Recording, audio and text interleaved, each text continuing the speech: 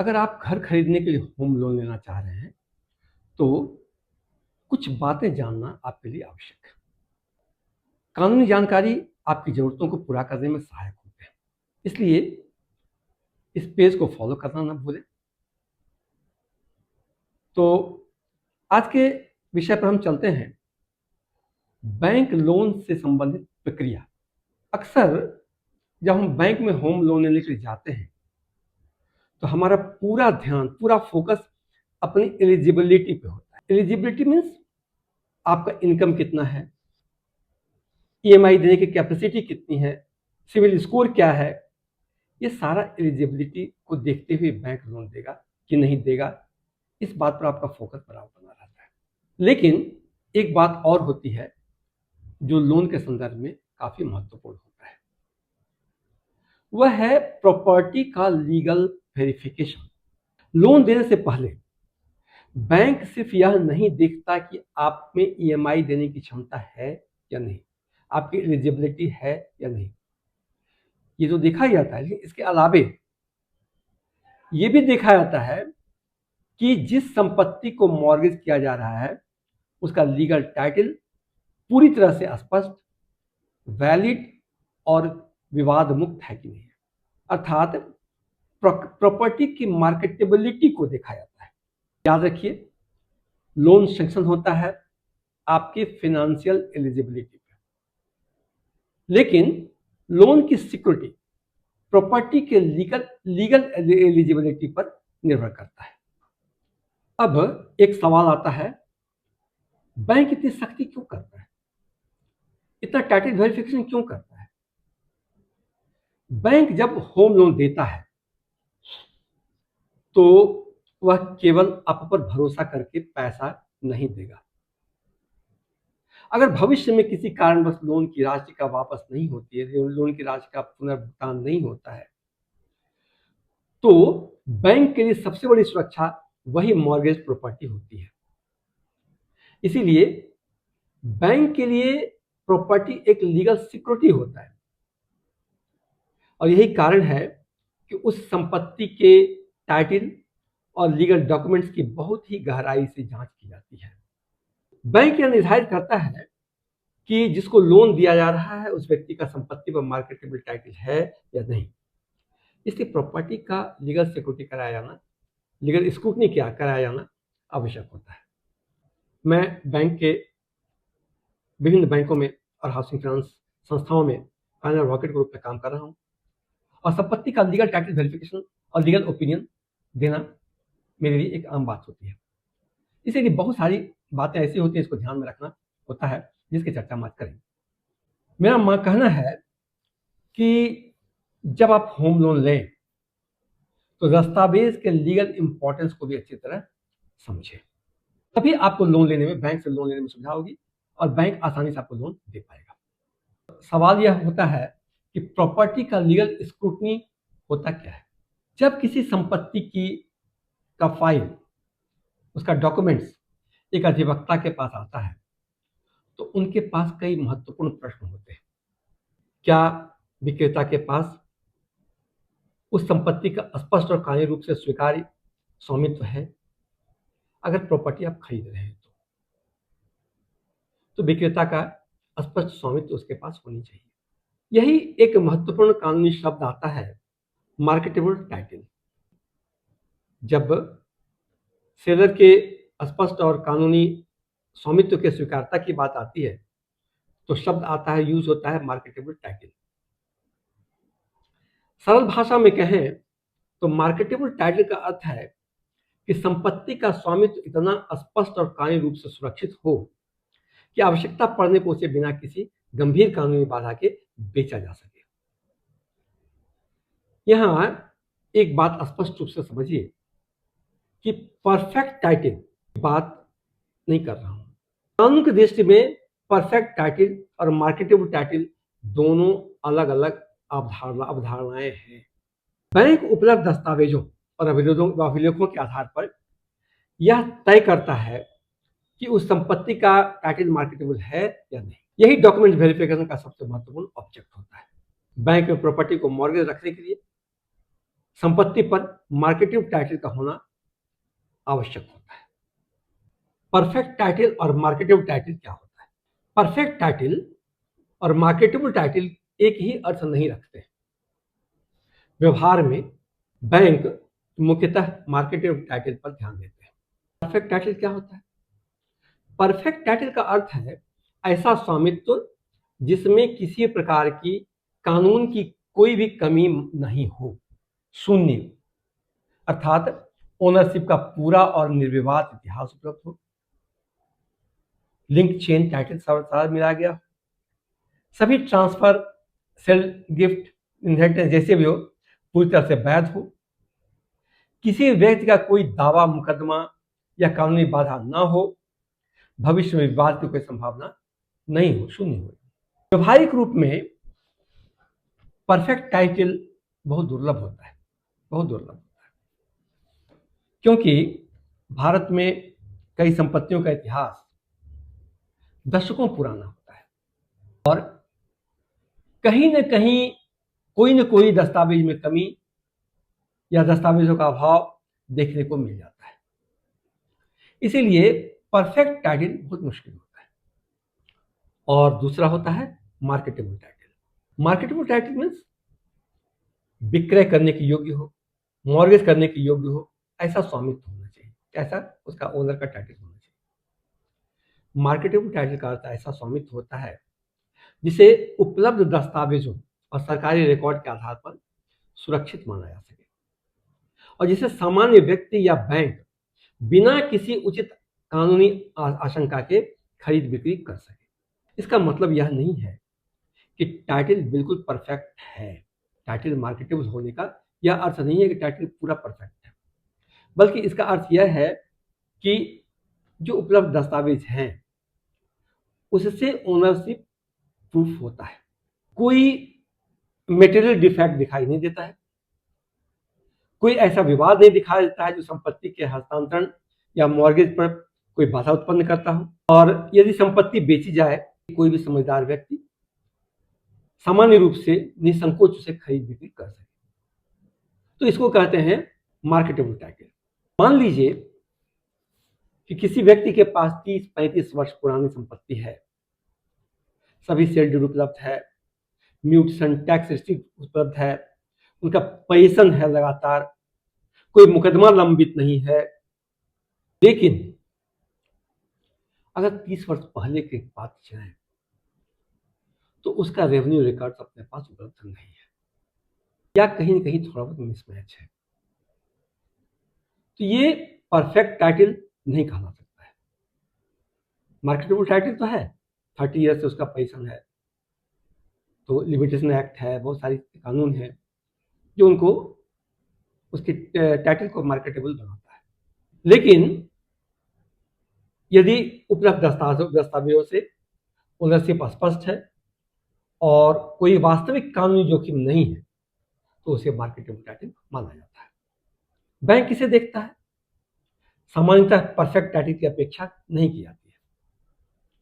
Bank यह देखता है कि उपलब्ध रिकॉर्ड के आधार पर संपत्ति का मार्केटेबल टाइटल है या नहीं, ताकि आवश्यकता पड़ने पर उस संपत्ति पर अपने अधिकारों का प्रभावी ढंग से प्रयोग कर सके। मीन्स एनपीए की स्थिति में उस प्रॉपर्टी को बेचा जा सके और उससे रिकवरी किया जा सके। संक्षेप में कहें एक लाइन में, तो परफेक्ट टाइटल का मतलब हुआ कानूनी दृष्टि से दोष रहित स्वामित्व, शून्य दोष, तो उसको कहते हैं परफेक्ट टाइटल। और मार्केटेबल टाइटल ऐसा टाइटल हुआ जहां पर कि स्वामित्व सुरक्षित है, जिसे किसी बिना कानूनी जोखिम के बेचा जा सकता है, मॉर्गेज किया जा सकता है और वर्षों से उस पर निर्विवाद उसका पेंशन है, तो इसको कहते हैं मार्केटेबल टाइटल।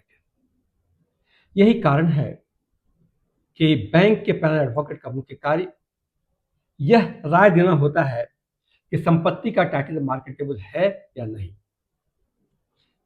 यह प्रमाणित करना नहीं होता है कि टाइटल पूरी तरह से परफेक्ट है, हो भी नहीं सकता है, पॉसिबल नहीं।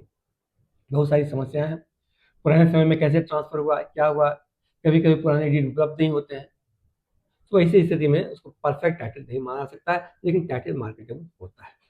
प्रॉपर्टी का लीगल स्क्रूटनी कैसे होता है, इसको डिफरेंट स्टेज में समझते हैं।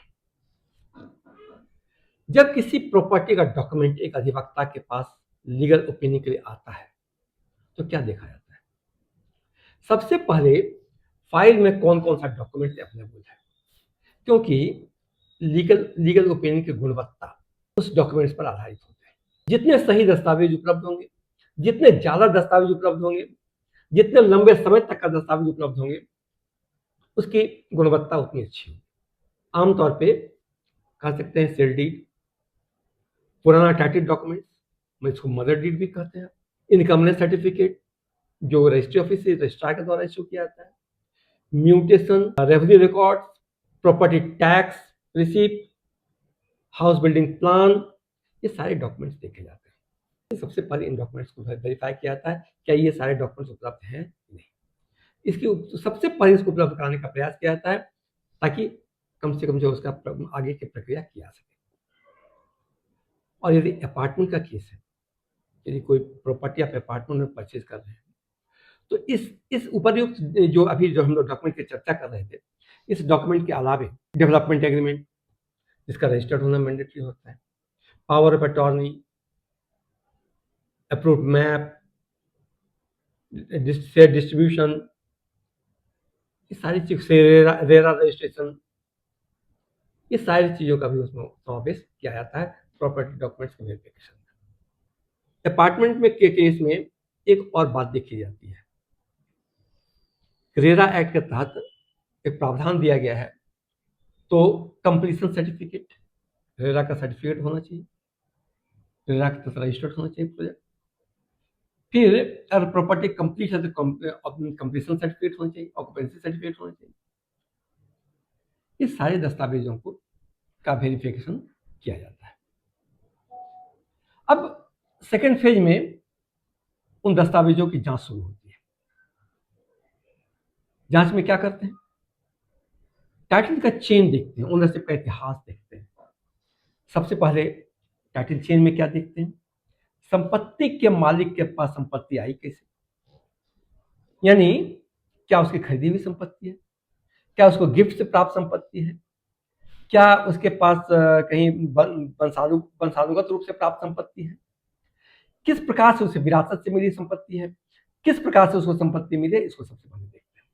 अब अगर संपत्ति खरीदी हुई है तो जिससे वो संपत्ति खरीदी गई उसका टाइटल वेरिफिकेशन होता है, यानी एक एक करके उसको कड़ी को जोड़ा जाता है और पीछे कई वर्षों तक, कम से कम 30 वर्षों तक उसी कड़ी को जोड़ करके उसका टाइटल का वेरिफिकेशन किया जाता है। टाइटल वेरिफिकेशन में सारे डॉक्यूमेंट्स को मिलाया जाता है। कभी कभी किसी कोर्ट का आदेश प्राप्त होता है तो कोर्ट का डिग्री दिखाया जाता है। इन सभी दस्तावेजों को देख करने के बाद सारे डॉक्यूमेंट्स का वेरिफिकेशन होता है।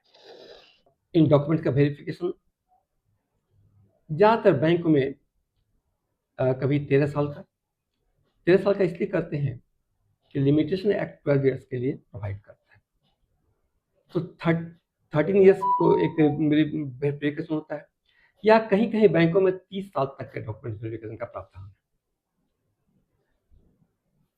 30 साल का डॉक्यूमेंट वेरिफिकेशन इसलिए माना जाता है क्योंकि एविडेंस एक्ट के तहत अगर 30 ईयर्स ओल्ड डॉक्यूमेंट है तो उसकी एक्सेप्टेबिलिटी कोर्ट में भी होती है।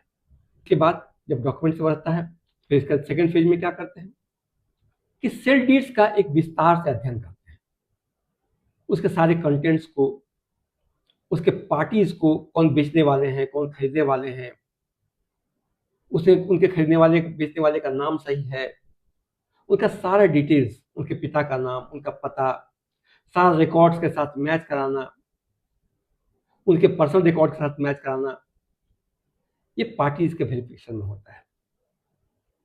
फिर प्रॉपर्टी का देखते हैं, प्रॉपर्टी में खाता, प्लॉट, उसका क्षेत्रफल, उसका चौहद्दी, ये सारी चीज का मिलान करते हैं। पीछे के डॉक्यूमेंट से मिलाते हैं कि पीछे के डॉक्यूमेंट में, पीछे के टाइटल डीड में कौन सा प्रॉपर्टी परचेज हुआ था और आगे वो प्रॉपर्टी कौन सा खाता प्लॉट बेचा गया, कहीं मिसमैच नहीं होना चाहिए। और कोई भी अंतर एक महत्वपूर्ण एक दुविधा खड़ा करता है, इसलिए उसको वो नहीं होना चाहिए, ये सिक्योर करना लीगल स्क्रूटनी में आवश्यक होता है। लीगल सेल डीड और रेवेन्यू रिकॉर्ड्स को प्रॉपरली वेरीफाई करना पड़ता है। सभी का उनका डिटेल्स, सभी में जैसे म्यूटेशन है, म्यूटेशन का डिटेल्स, उसमें खाता प्लॉट क्या लिखा हुआ है, डीड में खाता प्लॉट क्या लिखा हुआ है, उसके पीछे के डीड में खाता प्लॉट क्या लिखा हुआ है, ये सारी डिटेल्स को मैच कराया जाता है। आगे के स्टेप में रेवेन्यू रिकॉर्ड्स और म्यूटेशन एंट्रीज को देखा जाता है। आमतौर पर लोग कह बैठते हैं कि मेरे पास सेल डीड है, म्यूटेशन है, तो प्रॉपर्टी मेरी है, लेकिन कानूनी रूप से ये सही नहीं, पूर्ण नहीं है। सही है, पूर्ण नहीं है। म्यूटेशन का ऑब्जेक्ट क्या होता है?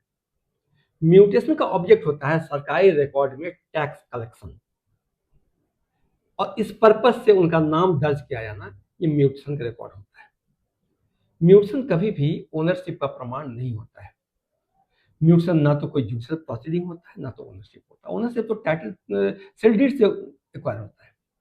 ये कई बार सुप्रीम कोर्ट ने भी अपने आदेश में इस चीज को स्पष्ट किया है कि म्यूटेशन कभी भी लीगल, ना तो लीगल प्रोसीडिंग है, जुडिशियल प्रोसीडिंग नहीं है, और ना ही टाइटल का कोई डॉक्यूमेंट है। ये सिर्फ और सिर्फ पोजीशन और टैक्स कलेक्शन के लिए क्रिएट किया गया एक रिकॉर्ड है। मान लीजिए कि सारा दस्तावेज उपलब्ध हो गया। सारा दस्तावेज उपलब्ध होने के बाद भी क्या जरूरी है कि वो ओपिनियन पॉजिटिव हो जाए? कोई जरूरी नहीं है, क्योंकि वेरिफिकेशन के बाद अगर कहीं भी दस्तावेज में किसी प्रकार की, उसके डॉक्यूमेंट्स में किसी प्रकार की भिन्नता पाई जाती है, उसमें एक दूसरे के साथ मैच नहीं करता, कोई मिसमैच होता है, तो वो टाइटल वैलिड नहीं माना जाता है, और वो फिर पॉजिटिव उसका लीगल रिपोर्ट नहीं हो पाता है। पहले भी हम बता चुके हैं, खाता प्लॉट का मेल होना बहुत जरूरी है। एरिया का मैच भी होना बहुत जरूरी है।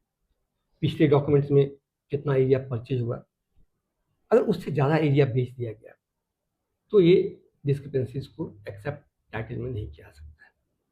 प्लॉट नंबर मिलना चाहिए, बाउंड्रीज का मेल होना चाहिए। कई बार एक दस्तावेज में जो डाटा मेंशन किया गया है पुराने डाटा से मिसमैच हो जाता है, और छोटी छोटी गलती, छोटा छोटा मिस्टेक टाइटल को डिस्प्यूटेड खड़ा करता है और कोर्ट केस का कारण बन जाता है।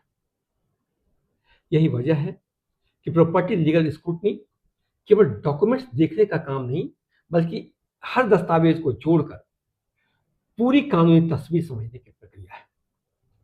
इसलिए जब भी आप होम लोन के लिए बैंक में जाते हैं तो इन बातों का ध्यान रखें, सभी दस्तावेजों को बैंक को उपलब्ध कराएं, ताकि आपके लोन की प्रक्रिया सरल और जल्द हो सके।